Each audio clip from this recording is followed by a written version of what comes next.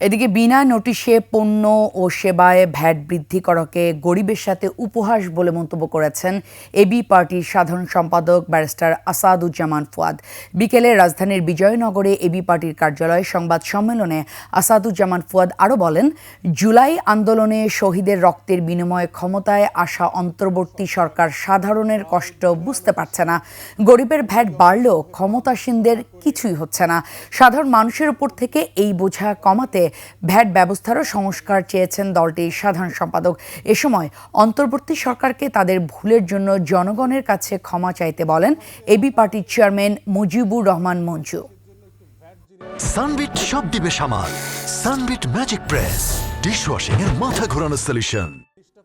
সরকারের কাছে দাবি জানাচ্ছি, আপনারা যেই আলাপ আলোচনা ছাড়া, জিজ্ঞেস করা ছাড়া এই ধরনের একটা নিপীড়নমূলক পদক্ষেপ নিয়েছেন, এটা অবিলম্বে প্রত্যাহার করেন, এটার জন্য সরি বলেন।